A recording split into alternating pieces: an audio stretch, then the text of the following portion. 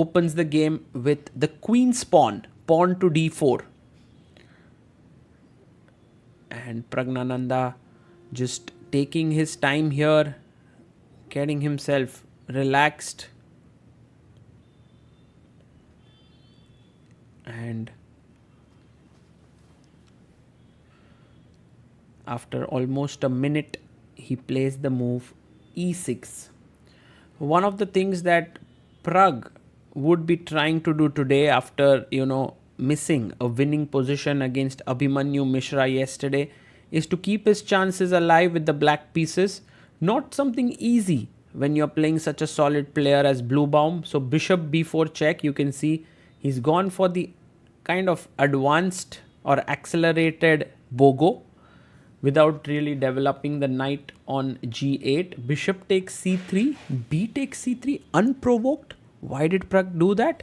f5, wow. This is a very interesting way that Pragg is playing here.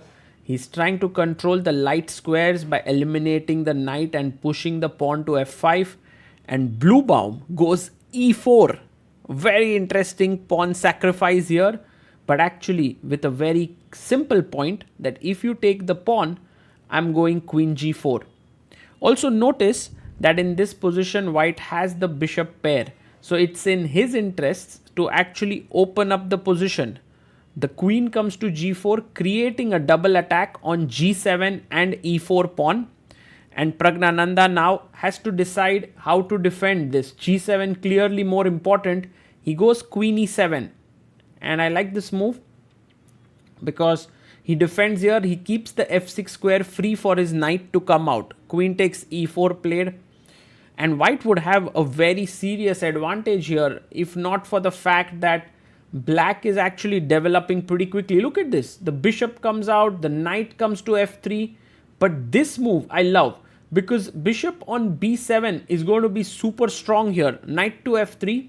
So Pragg actually making use of his own strengths here. And well, bishop b7 makes a lot of sense. He puts the bishop on this long diagonal. And bishop comes out to d3. d6 played with the idea of putting the knight on d7. White castles. And now the knight comes to d7. This e6 pawn is potentially a weakness. So rook e1 does seem like a normal move. He goes bishop e3, putting the two bishops on the e file. Kind of blocking the action down here. But maybe Bluebaum is happy with the fact that he has this maneuver knight d2. I wonder what he's aiming. Maybe he's going bishop d3 or e5 by Pragg. And rook comes to e1. So he's actually angling for the f4 break. That's the idea it seems. And Pragg goes king to h8, a useful move to get the king out from this diagonal. And bishop d1 played here by Bluebaum. He's opening up this e file. And maybe preparing f4 move. Rook a e8 played here.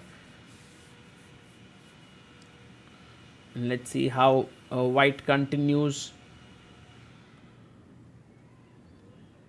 Bluebaum goes f4. He pushes his pawn and he asks Praggnanandhaa, what's your plan now? If e takes d4, c takes d4, white has a lot of space. E takes f4 seems like the right way to continue here. And Pragg does it. He plays e takes f4. Bishop takes f4. Oh, he takes with the rook. Yeah, it's important because if bishop takes f4, queen takes e1 would be the issue. So rook takes, queen f7, just moving the queen away from the e file. And the queen could potentially pop out on this diagonal. Rook f1 played.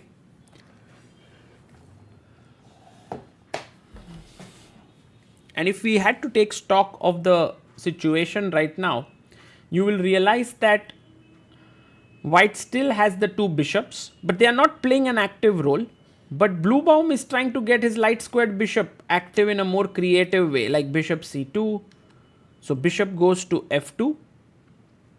And the idea is to put the bishop on h4. Pragg first chops off one of the rooks here. Rook takes e1. And he takes back. Rook takes e1.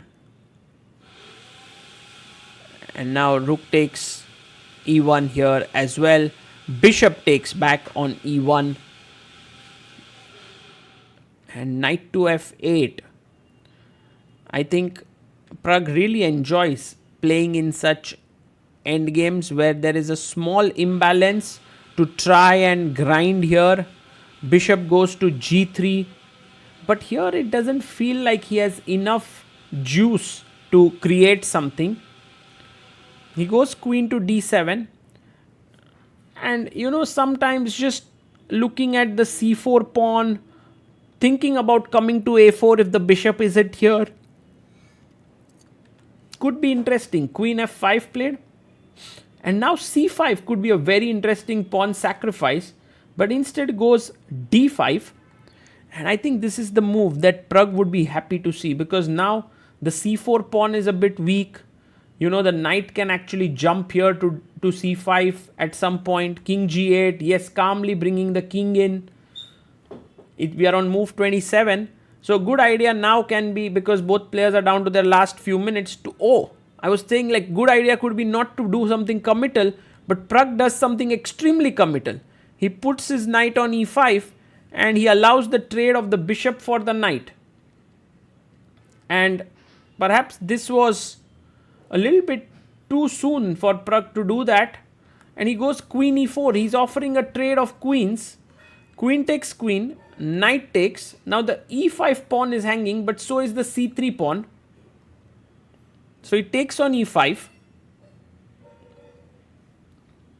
And now knight takes c3. Yeah, he takes the pawn, attacks the bishop here. Bishop goes to d3. And maybe king f8 to e7 could be an idea. But b5 played here by Pragg. Very interesting move. Whoa, c5. But isn't this hanging here, the d5 pawn? Yeah, he takes it. Knight takes on d5. And now knight to c6 he goes in. He's attacking the a7 pawn. Could potentially make the b5 pawn weak. Pragg goes bishop b7. And his point is, if bishop b5, maybe he wants to go a6. Bluebaum takes on a7, attacking the b5 pawn. Now the best move is knight f4 or knight c3, but a huge blunder by Praggnanandhaa. He plays c6. He thinks everything is fine. He's kind of trapped the knight here. But the unfortunate part is he's missed bishop e4 here by Matthias. Look at Pragg's face. He looks super confident. He feels good right now about his position. But look at Bluebaum. He spots it. He spots that move, bishop e4. And the threat is, of course, to take on d5.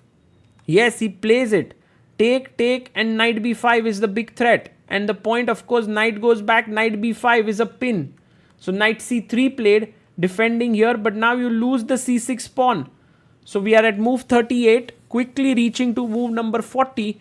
And in doing so, Pragg has actually landed in a lost position here in the knight endgame.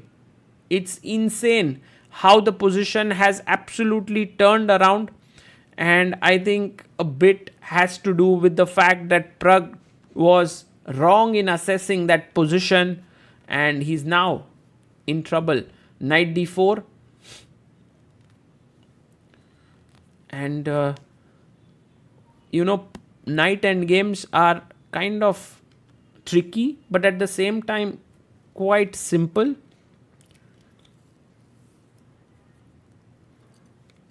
Tricky because the knight jumps in so many different directions. You have to calculate it all. But simple because a knight endgame often is like a pawn endgame. The side which has an extra pawn more often than not wins. c6 played. And now the king can go back to e7, trying to stop it. Pragg has all the time in the world, 50 minutes, but what to do with all of that time? There's nothing much to be done here. King f2. He brings the king in. The hope is for white to go to d3, attack the knight, and then pick up this pawn on b5. King comes to d6, keeping the c6 pawn under control. So Bluebaum actually decides that I don't want to go and touch this knight. It's anyway kind of locked up here, defending the pawn. I'll try to create something on the king side with my pawns and king.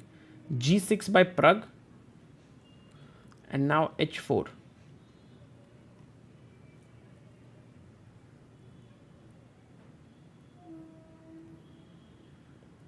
So pawn pushes to h4. And now g4, king f4, king g5. h6 played.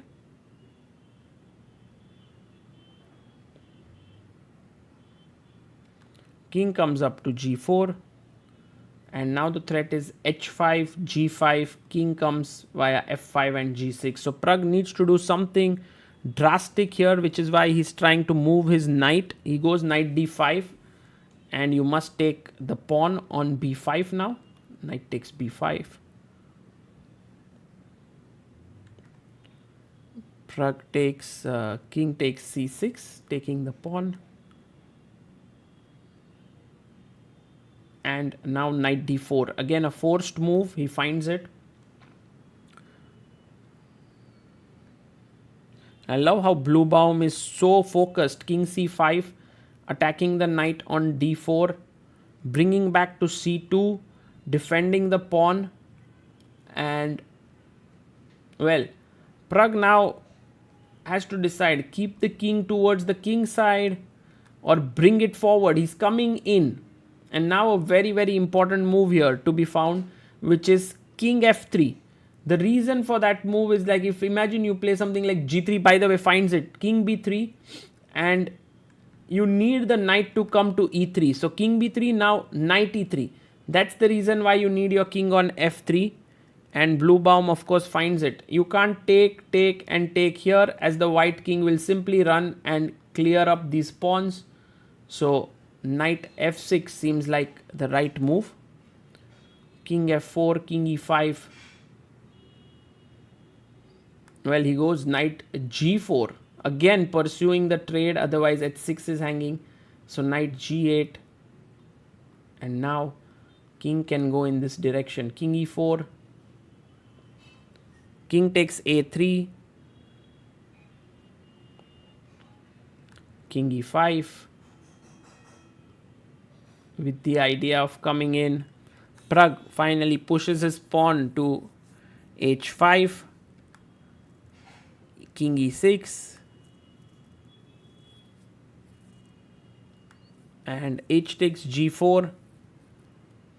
And he goes king f7. Oof, what a nice way to finish this. If knight h6, I go king g6, knight g8. I push my h pawn. You have to sacrifice your knight. I come back, pick up this pawn, and win the pawn endgame.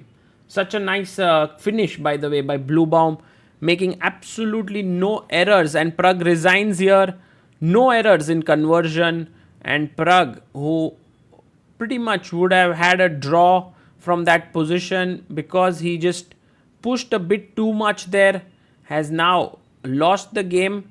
And I think this loss comes at a very critical moment in the tournament. Pragg is at 3 points out of 5 and well, needs to win his next game to have a chance of finishing in the top 2 and get a spot to the candidates. But for Matthias,